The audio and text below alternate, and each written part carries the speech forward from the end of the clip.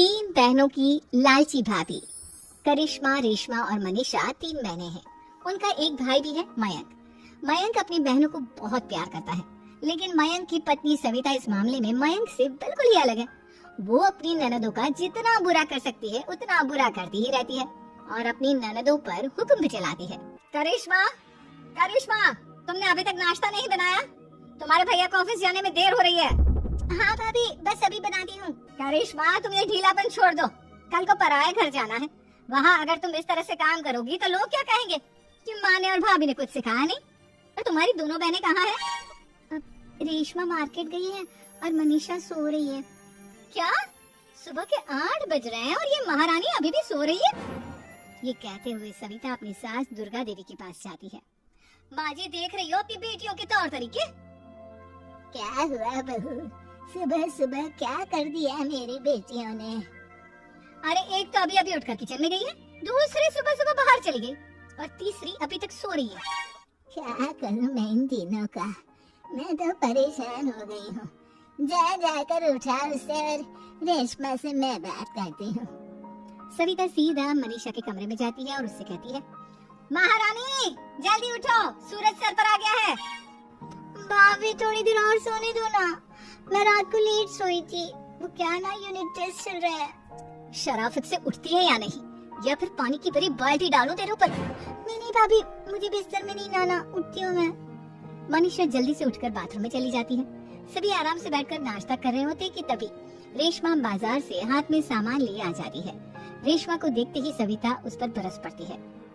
लो, आ गई महारानी। ऐसा भी क्या सामान लाना था जो सुबह आंख मलते ही बाजार की तरफ रवाना हो गई? भाभी, कल आप ही तो चीख रही थी कि घर का सारा सामान मुझे ही लाना पड़ता है, घर में किसी को भी किसी काम से कोई लेना देना नहीं है। अब मैं बाजार जाकर सामान ले आई तो आपको इस बात से भी तकलीफ हो रही है? देख रही हो माँ जी, अपनी बेटी की जुबान कैंची से भी तेज चलती है। और मयंक, आप तो कुछ कहेंगे नहीं अपनी लाडली बहन को?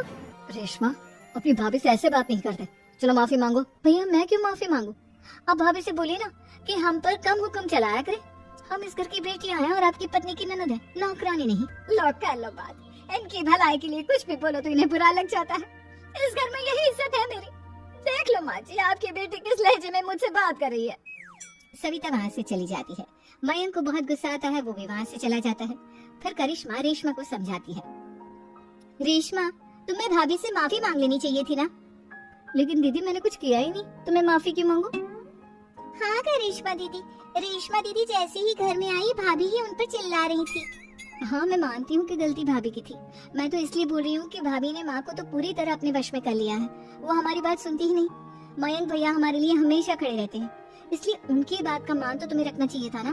कोई फायदा नहीं दीदी, कुछ दिनों की बात और है, भाभी उन्हें भी हमारे खिलाफ भड़का देंगी।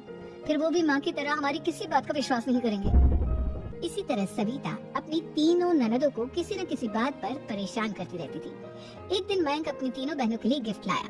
करिश्मा, ये तुम्हारे लिए हार का सेट। रेशमा, तुम्हारे लिए सुंदर सी ड्रेस। और मनीषा, तुम्हें किताबें पसंद है ना, तुम्हारे लिए किताबें लाया हूँ। थैंक यू भैया। थैंक यू भैया। थैंक यू भैया। करिश्मा, तुम्हारा नेकलेस कितना सुंदर है, ये भैया कहाँ से ले आए होंगे? मैंने भैया को 3 दिन पहले फोन पर ये डिजाइन दिखाया था और आज भैया ये ले आए। सविता तो अपनी ननदों के गिफ्ट्स देखकर जल गई और करिश्मा का नेकलेस तो उसे भी बहुत पसंद आया था। अपनी बहनों के लिए कितना अच्छा नेकलेस लेकर आए हैं, मुझे कभी कोई गिफ्ट नहीं दिया।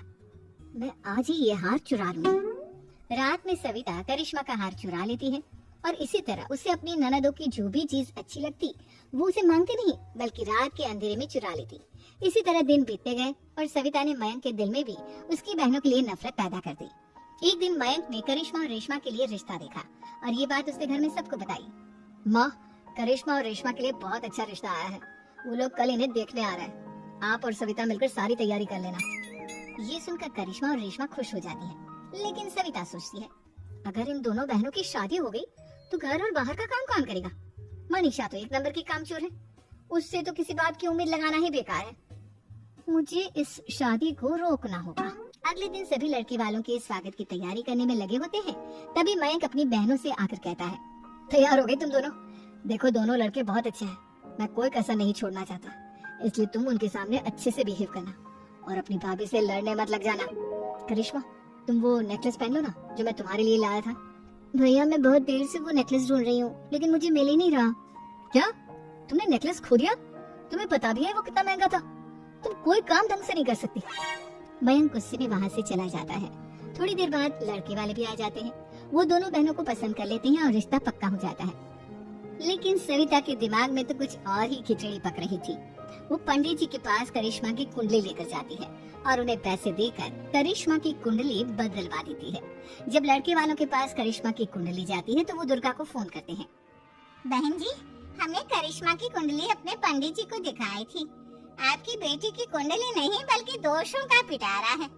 देखिए, मैं और मेरे पति इन सब बातों में बहुत विश्वास करते हैं, इसलिए हम आपकी बेटी से अपने बेटे की शादी नहीं करा सकते। इस तरह करिश्मा का रिश्ता टूट जाता है और सभी घर वालों को बहुत दुख होता है। अब कविता सोचती है, चलो करिश्मा का तो रिश्ता टूट गया, अब रेशमा का भी रिश्ता तोड़ना है। क्या करूं क्या करूं? अब सविता आवाज बदलकर किसी अननोन नंबर से रेशमा के होने वाले ससुराल में फोन करती है। हेलो, मैं कौन हूँ कौन नहीं ये आपके लिए जानना जरूरी नहीं। बस इतना सुन लो कि रेशमा का 2 साल से किसी के साथ अफेयर चल रहा है। बस रेशमा का रिश्ता तोड़वाने के लिए सविता का इतना कहना काफी था। अब रेशमा का भी रिश्ता टूट गया। मयंक और दुर्गा देवी ने रेशमा को खूब खरी खोटी सुनाई और उससे बार बार उस लड़के के बारे में पूछने लगी। आप दोनों मुझे क्यों परेशान कर रहे हो? अरे कोई लड़का होगा मेरी लाइफ में तो मैं बताऊंगी ना। जब कोई है ही नहीं तो कहाँ से लाऊं मैं कोई लड़का? तो तेरे होने वाले ससुराल वालों को फोन किसने किया था? माँ मैं नहीं जानती किसने फोन किया था, मैं सच कह रही हूँ। मैं तो पहले ही कह रही थी इसकी लगाम खींच कर रखो, लेकिन मेरी सुनता ही कौन है? अब चुप रहिए भाभी, ये सब आपका ही किया धरा है। अब तीनों बहनों को विश्वास हो जाता है कि ये सब उनकी भाभी ही कर रही है। तीनों बहनें अपनी भाभी को सबक सिखाने के लिए एक वकील कर लेती है और घर में हिस्सा मांगना। देखो भैया, माँ बाप की जायदाद में जितना बेटों का हक होता है उतना ही बेटियों का, इसलिए इस घर के 4 हिस्से होंगे और हमें अपना हिस्सा चाहिए। मैंने तुम्हारे लिए क्या क्या नहीं किया और तुम इस घर में हिस्सा मांग रही हो?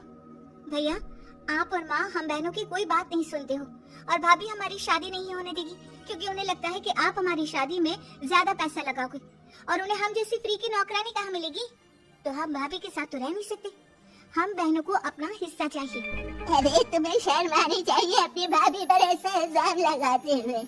वो तुम्हारे बारे में कितना सोचती है। हाँ माँ, भाभी हमारे बारे में बहुत सोचती है। दिन रात बस यही सोचती रहती है कि किस तरह से अपनी तीनों ननदों को परेशान करूं और कभी मुझे पढ़ने भी नहीं देती।